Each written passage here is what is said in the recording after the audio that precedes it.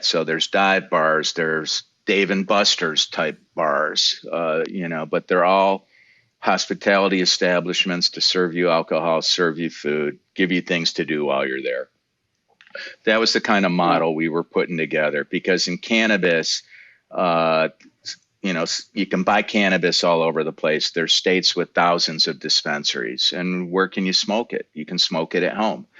It's not adequate, not appropriate, and states are starting to realize that, and cities are starting to realize that, to the point of now, as new states come on board and legalize adult use cannabis or recreational cannabis, as it's also called, they almost immediately focus on the lounge aspect and allowing places where people can go smoke. Welcome to the Franchise Founders Podcast. We are on a mission to help aspiring entrepreneurs just like you take action through franchise ownership, allowing you to obtain more financial freedom, time with family, and ultimately a business that can run on its own without you.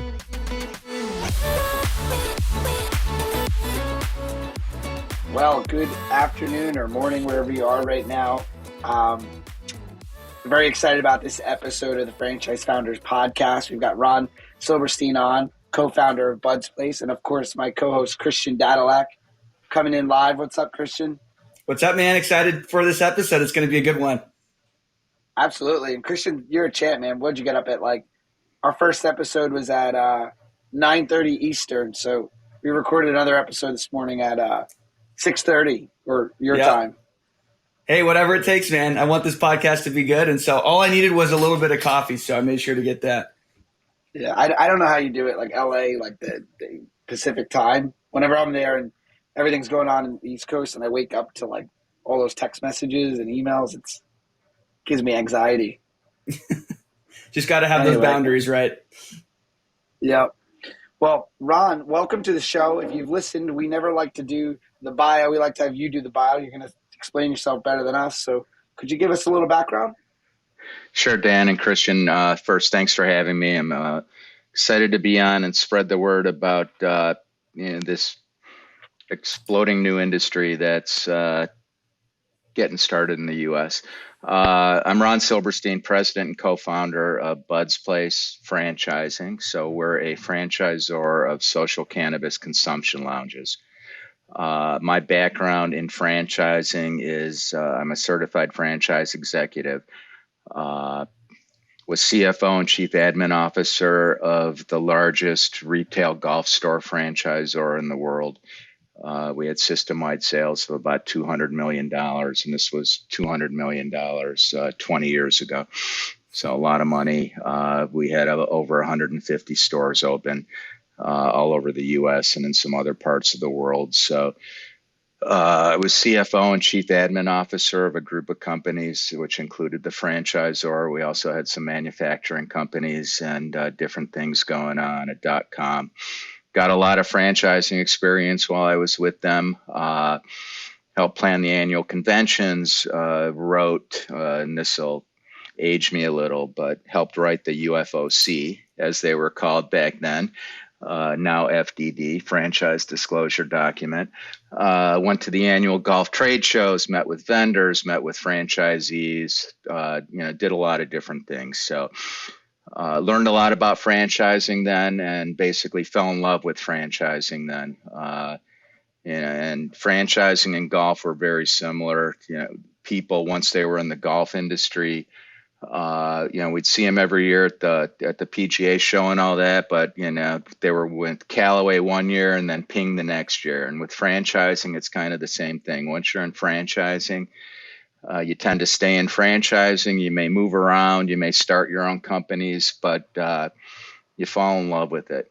And it's all about the people and the companies and sharing of information and helping people build wealth and become business owners and add jobs. There's so many different facets to franchising that help people out, basically, that it's hard not to love it once you're in it. So got a lot of franchising experience. I'm also a business guy, an entrepreneur, and CPA, and those words may not all go together very well.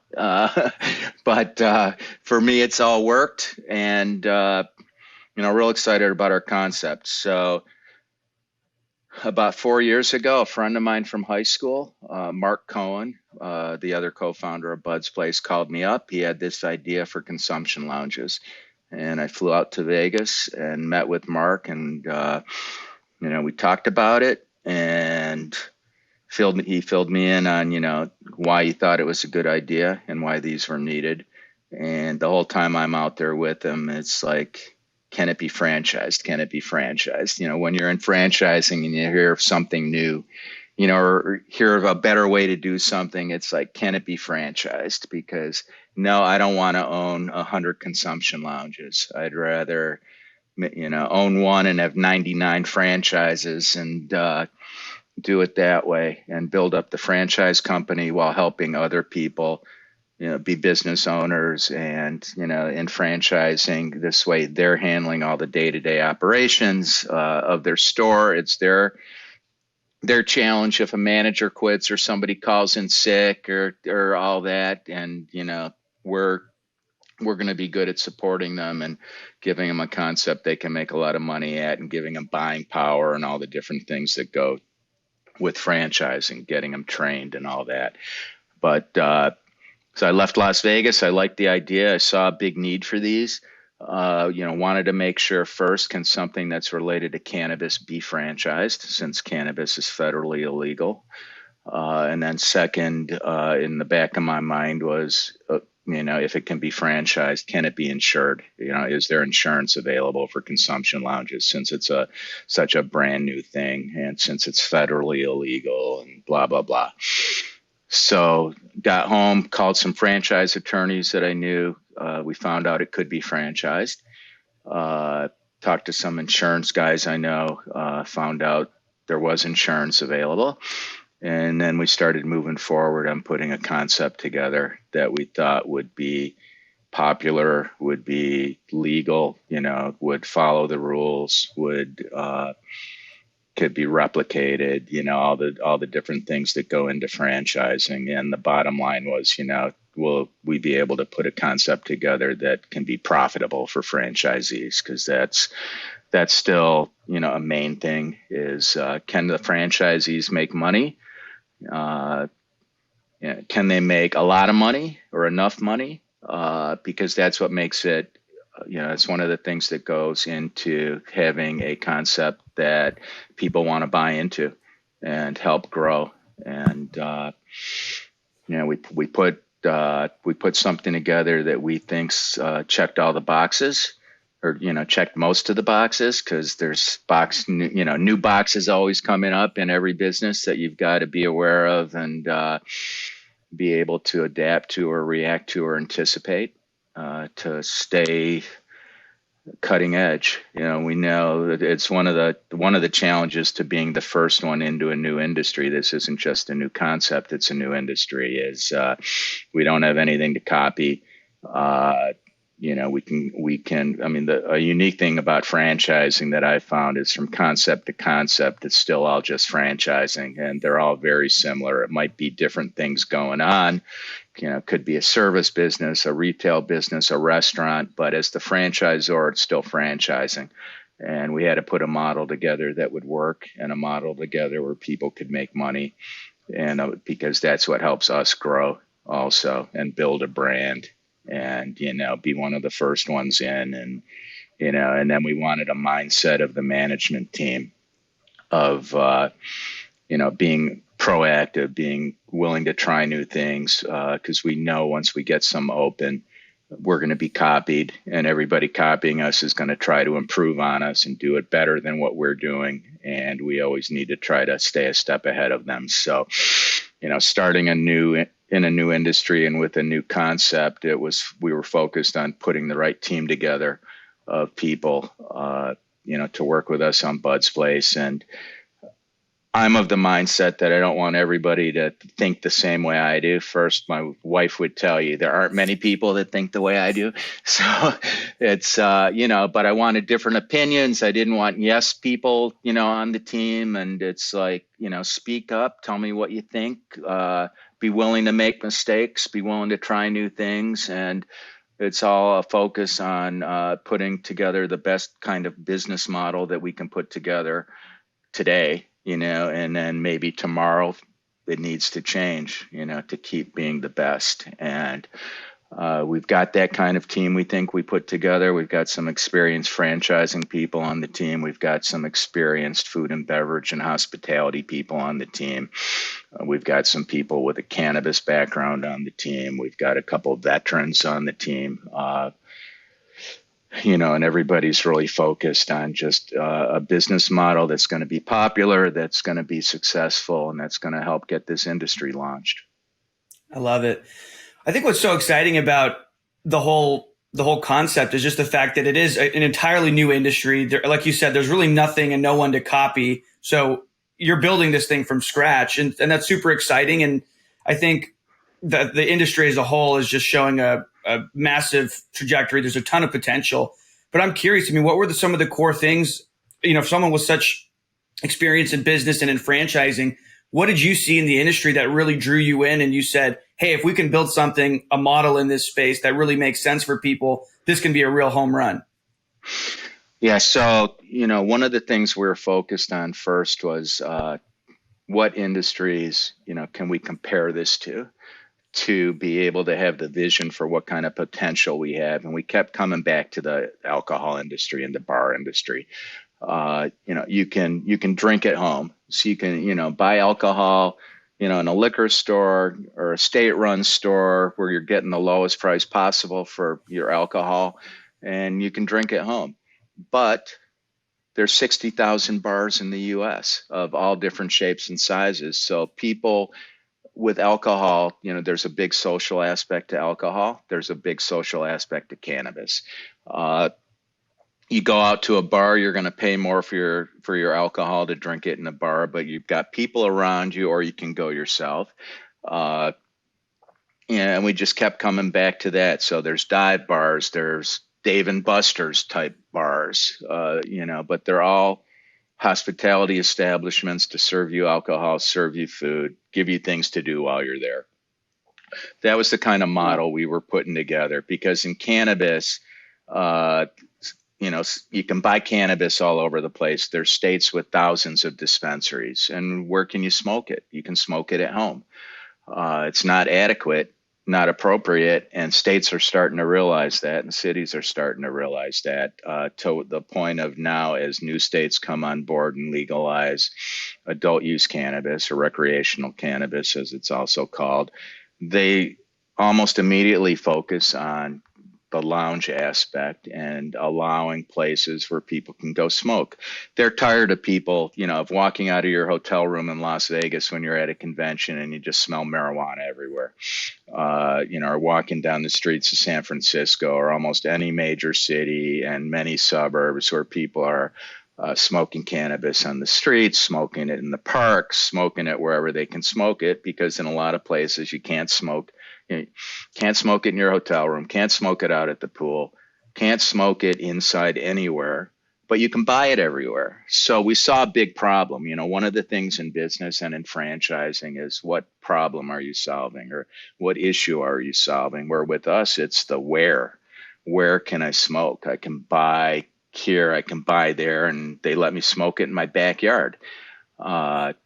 But I want to have friends over. I want to hang out with my buddies. I want to just go in and have a place at work, to do my work. And I live in Detroit and it's 0 degrees out in the winter, or I'm not going to go outside and work all day and smoke in my backyard when it's 0 out. I need places to smoke it. So we saw a huge problem with, there aren't places for people to smoke. Then, we saw a few lounges open in the U.S. that are primarily owned by dispensaries and inside of a dispensary. And they think that a consumption lounge is a little room with a few tables and chairs and couches and maybe a TV for your customer to smoke what they just bought and then see you later. And it's like, we can do better than that. We thought we could do better than that. So, with my background in franchising and as a CPA, I've worked with a lot of restaurant clients and food and beverage clients. And had a client that I thought would be a perfect partner for us. They have a lot of franchising experience. They have food. We're focused on a model that, it's easy to train franchisees on and easy for them to train their staff on. So we wanted food that's easy to prepare and that's easy to train the staff to prepare, and that's popular, and a big enough menu where people can come back. If we have regular customers where they can come back and order different things all the time. So we added Crave hot dogs and barbecue to our team. Samantha and Sal Rincione, who they've got about 20 restaurants open in the U.S. right now, with a lot more on the way that are waiting for loan approval. They're good people. Primarily they're good people. They're trustworthy. They run a good, clean operation. They've won a lot of awards. They were the kind of people we wanted on our team. We also needed to put, a team together that's got experience training franchisees. So they've trained franchisees. They've helped build up other franchise systems. Samantha was a consultant for a long time and helping systems get up and running. They were the perfect partner for us. So they have some equity in our company, and they're a very integral part of the team, and will be helping us with training, with buying power. Since they already have restaurants open, we've got, the kitchen equipment vendors and the food distributors with access to, and, with some buying power already, even though we're just a startup. We have a former Domino's guy on our team who managed regional territories for Domino's, where he had hundreds of franchisees that he was helping, and he also owns some Domino's. So he's got a lot of franchising experience and food and beverage experience. And, we tried to put a team together of successful people who love franchising, who have the experience we need, to help us get going. Because, as it's very tough. Being a new franchisor, just being a new franchisor is difficult to get going and get launched, let alone a new franchisor in a new industry. We have a pipeline of probably 20 people right now that want to own the second Bud's place. So it's like, okay, that's great. But, it's a unique kind of person that's willing to jump into a new industry and, be one of the first movers in an industry and wants to build something. I happen to get, turned on by new stuff and starting new things and building new things. And, our whole team is like that. Our juices are flowing, just waiting to get that first one open. So we're working hard right now to get that first one open. We're looking at locations. We're talking to construction companies and architects and different suppliers now, about getting this first lounge up and running so that everything else can take off. Ron, thank you for sharing that information. I have a question for you, and just kind of going back to something you were mentioning earlier when you were looking at the market landscape and deciding to move forward with this business. I live in New York City, right? So if I want to go to a bar or a restaurant, I walk there, and drinking, most people know their limits anyway, right, of what they can drink. If you're in the suburbs, you drive somewhere, that it's a 2-drink minimum. If you have beer, we know it's, right. We all know the limits, the legal limits, to then be able to, safely operate a car and drive home. How does it work with cannabis, right? So you guys are, let's say, not in Las Vegas where you're walking on the strip, but you're in a more suburban area. How does someone, are you encouraging that they just always Uber or walk to their facility always? Or is there a way that people know how much they're able to consume before going home? It's something that's always been unclear to me with cannabis. Yeah, that's a great question, Dan. So it's, first, what's going to be involved, in a Bud's place is there's going to be extensive employee training on how to work with and talk with and deal with customers that are using cannabis, and that, are under the influence of cannabis, may become impaired, may not know their limits, or may know their limits. There's different, and probably similar to alcohol, but there's different tolerances where some people can use a lot more cannabis with out being affected, and others use a tiny bit of cannabis and they're wasted and they're falling asleep or, whatever. So we're not going to be encouraging customers to drive, but we know that there will be customers who drive. We're going to be trained and have staff that's trained to recognize when somebody shouldn't be driving, but there's still only going to be so much we can do to encourage them to ride share. We'll have ride share agreements with companies, or local drivers to help get people home safely. There's not a lot of data out there yet on cannabis use and how it affects different people. Unlike with alcohol, there's a lot of data out there, but with cannabis, since it was federally illegal, there wasn't much research being done. It wasn't being funded, things like that. They're starting to fund research with cannabis and cannabis usage. Law enforcement's way behind. Insurance is way behind. They don't know how it affects somebody who's driving, and everybody gets affected differently is part of the problem. But one thing that's pretty much well known out there is that cannabis users tend to be far less aggressive than people under the influence of alcohol. They may drive slower than they're supposed to drive versus 80 or 90 or 100 miles an hour. On our end, since we're a bring your own consumption lounge and we're not serving them the cannabis, it's going to be different than a bar where when they run into problems, it's usually because they kept serving somebody when they should have stopped. We're not going to be serving them cannabis. It's going to be on the customer to bring their own, to use their own, and to know that they're okay to leave and get home in whichever manner they need to get home. But on our end, we're going to be trained to recognize when somebody shouldn't be driving and try to interact with them properly to get them to realize, that they need to Uber home or walk home or have a friend drive them, or, and it'll be educating customers even on before they get to the lounge that it may be wise to Uber or take a party bus or something like that rather than be operating a motor vehicle.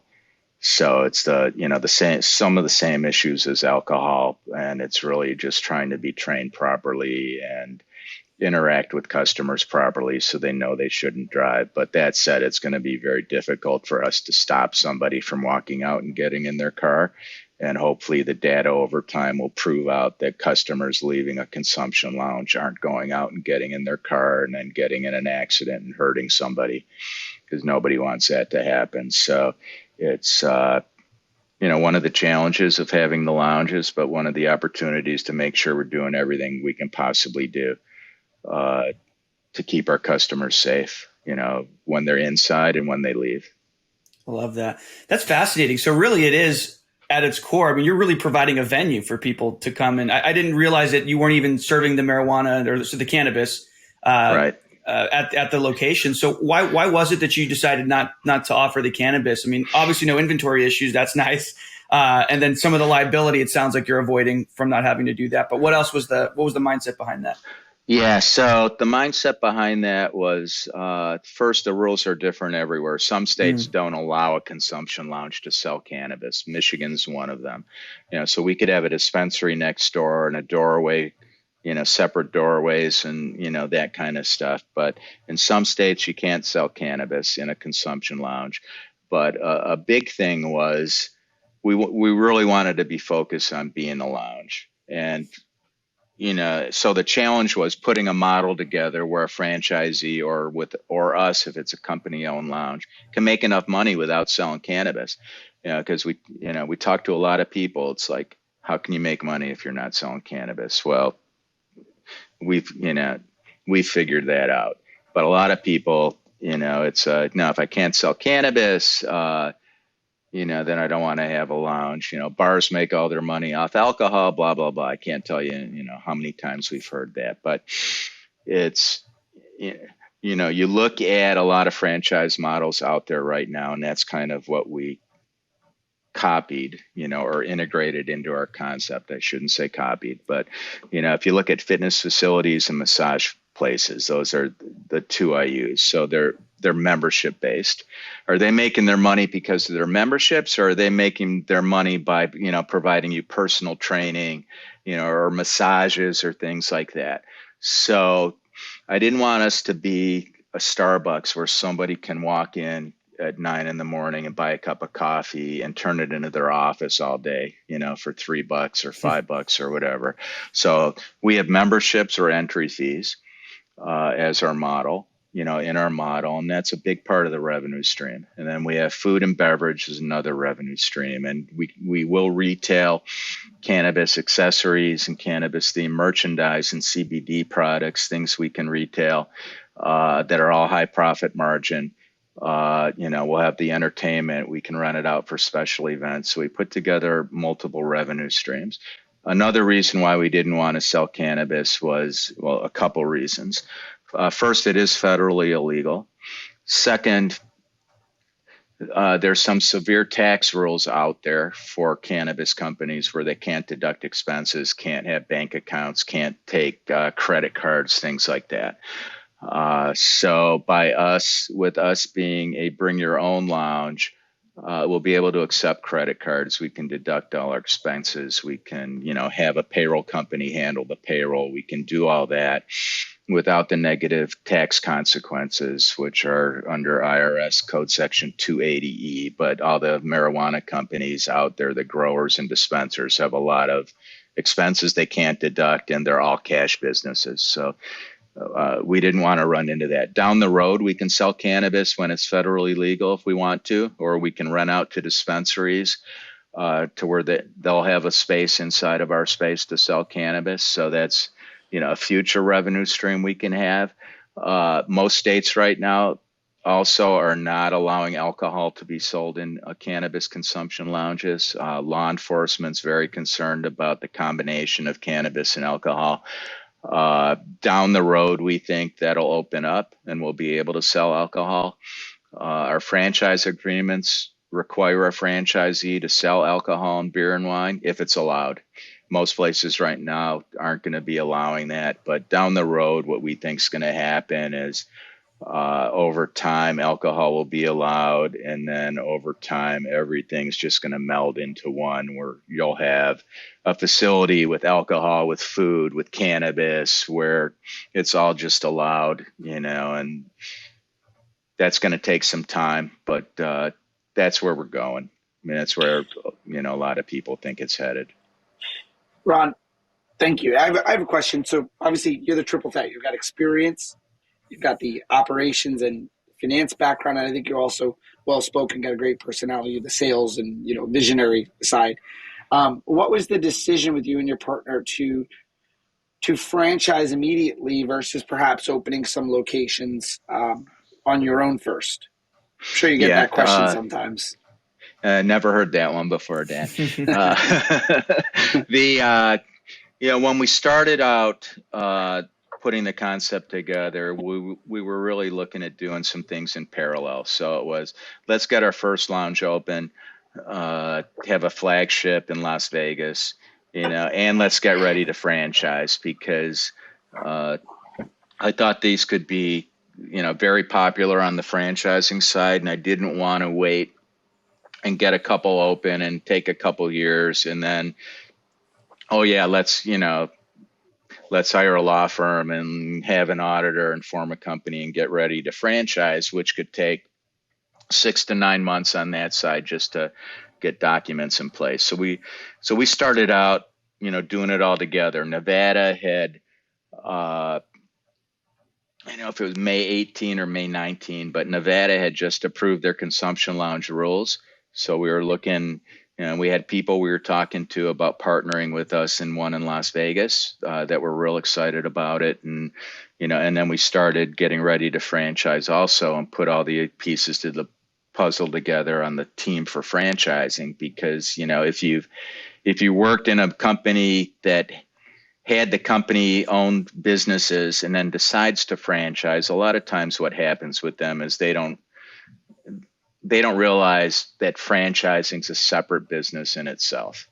And it can take them a lot of time to get ready to franchise if they're focused on getting the company-owned locations open. We wanted to be ready. But what happened to us and what set us back, a couple things set us back. First, Nevada, after they approved their rules, started having some issues. They got sued for discrimination. Some of the money was disappearing on the applications. And the governor of Nevada put a moratorium on consumption lounges. So he killed the consumption lounges shortly after they had approved them. So Nevada and Las Vegas became unavailable to open a lounge. But we were still moving ahead on the franchising side, so we were good with that. Then COVID hit. So when COVID hit, in March of 2020, all the indoor dining places and hospitality spaces were closed. People we had been talking to about franchises or about investing in us or partnering with us backed away, because one, they weren't sure when COVID was going to end, and two, they weren't sure, when COVID ends, are people going to be willing to go back inside? Those questions have kind of been answered now with things slowing down and with everybody back inside, as we saw last fall and last winter, all the basketball games and hockey games, everybody's back inside if they want to be. Some people don't want to be, but a lot of people, are ready to go back inside. And now Nevada's back in play for consumption lounges. And throughout all of this, cannabis was deemed essential, so all the cannabis businesses stayed open, so the industry kept growing. Consumption lounges are still in the same place today as they were 3 years ago, with hardly any open, but it's one of the hot topics in cannabis right now are consumption lounges, and they're starting to open up in places, or more states are being ready, becoming ready for them. And I've always thought that while it's helpful to have a few units open, that there's still people out there willing to be one of the first ones in and that are visionary. It just takes more time to find them, and you never know when you're going to find them. But when you do, you get it launched. So we've been working on, getting a partner to help us grow and or finding franchisees to help us grow. And right now, there's a lot of activity with people finding us and wanting to talk consumption lounges. We don't have any franchise agreements signed yet, but we're getting close. And we really think things are going to take off for us and that the industry is going to start growing too. So, if we're going to be one of the first ones in and start growing on a national basis and build a brand, we've got to get something open. The other thing was it helped us get into the IFA by not selling cannabis. That was a little consideration, not a big one. But I remember the first IFA Expo I went to in Chicago. I walked in, and I've known Paul Rocchio for a long time, and walked right in, and the IFA booth's right there, and start talking to Paul, and he knew what I was involved in with this company, and he goes, his first words to me were, you're not going to be able to join the IFA, don't you? And it's like, Paul, we're not dispensing. We're bring your own, because they're a federal organization and cannabis is federally illegal. So, Paul's go, oh, okay, send me your info, send me your FDD. So I did. I got home from Chicago, emailed Paul the FDD. They needed backgrounds on management, different stuff he had to put together for Bob Crisanti, who was the CEO of the IFA then, to look over. So they had our stuff for about 2 months. And then I'm at a Red Wings hockey game one night, and my phone rings, and it's Paul. So I answered it, and he goes, Ron, you're in. They approved you. So I left the game early that night, got home, and went online right away to join the IFA because I didn't want them to have any chance to change their mind. So we were the first cannabis-related concept to be allowed to join the IFA. Since then, they've relaxed their standards a little bit, and there's at least one other cannabis, a dispensary franchisor that's in the IFA. But we were able to get an IFA. We were able to get a lot of things done. The biggest things were the tax breaks and being able to take credit cards and stuff like that. Plus, I didn't really want to be in the cannabis business. I mean, when you're in the franchise business, it's really important to focus. As you guys know, and as you guys have seen, there's only so many things you can do well. So we want to have a team built to do our core things well, and then anything that other people can do better, we're going to outsource it and hire them. And I didn't want to have to worry about, quality of the cannabis or growing it or where to get it from or things like that. I wanted to focus on the lounge side of our business, and then down the road, when we can do other things, we'll look at what makes sense for us to do ourselves or outsource or rent out space to somebody else to do. But that's a consistent problem right now that a lot of companies in the cannabis industry are having. Is in some states you have to be what they call vertically integrated, where you're growing it, you're processing it, you're selling it, you're doing everything.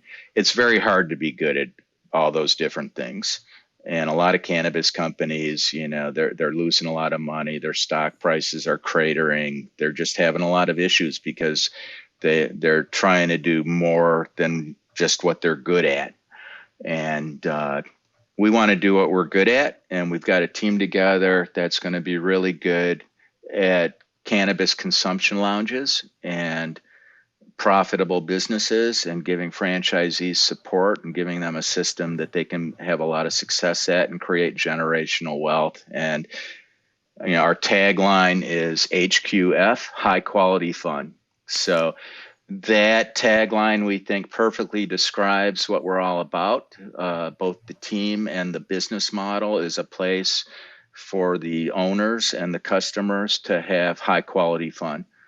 Safe, legal, upscale environment, consume your cannabis, have some good food, work, play games, do whatever you want to do inside that's legal. And that's what we're all about. It's really, we're solving the problem of where people can smoke, and we're giving them an environment that they want to keep coming back to, have a good time at, feel safe in, tell all their friends how great it is, and go from there. Yeah. Well, I think a couple of things. We're definitely on the right side of the pandemic now. And I think even as there are some fears of walking into a recession, if it's not already here, that's one of those industries that is highly recession resistant, similar to alcohol. I mean, people are going to get there, are going to, enjoy and partake in that stuff in good times and bad. I know back during the Depression, a lot of people went to see movies to take their mind off of a lot of those pressures. And so I think the same thing would be true of cannabis. Yeah, I mean, absolutely. Plus we've got the side where it's medicine for a lot of people. And, so a lot of people are using it as medicine where they have to use it. They need a place to consume it too. And so we're providing that for them. They don't have to smoke it in their house or go out in their backyard, and, they can hang out with their friends. And, you've got a lot of veterans with PTSD that use cannabis. There's just it's a huge population out there of cannabis users. Some states now, state of Illinois gets more money each month now from cannabis tax revenue than they do from alcohol revenue. Wow. So it's the states that have legalized it are, they're not having issues with, people killing, driving while impaired. I mean, a lot of cannabis users use cannabis and then go out and drive, and they're just not seeing major issues because of that, as far as car accidents or deaths or stuff like that. It'll be proven out to be safe, we hope, and just keep growing. I mean, it's really amazing, how much it's grown in the legal cannabis sales industry in the U.S. is growing quickly, and the black market is still like 2/3, they estimate, of total cannabis sales. So there's a lot of cannabis users out there. On our end, for the most part, we just have to make sure that somebody is 21 or over to get into a lounge. And, so we'll have processes for all that. But, and COVID and the pandemic for us, while it slowed things down on the sales side and the opening up of lounges for a couple of years, it's also, unfortunately, a lot of companies went out of business. A lot of retail space has opened up out there in the market. So there's some better locations available to us now that might not have been available without the pandemic. There are more landlords that have spaces to fill that are more open to having, cannabis lounge as a tenant in their space, or dispensaries, in their space, and all that. So on that side, as a franchisor, there's going to be better real estate out there for franchisees, and probably at lower rental rates than it would have been 3 years ago when there were fewer vacancies. Excellent. So, Ron, if someone's listening, they're interested, how can they get in touch with you? My email address is RONS at buds-place.com.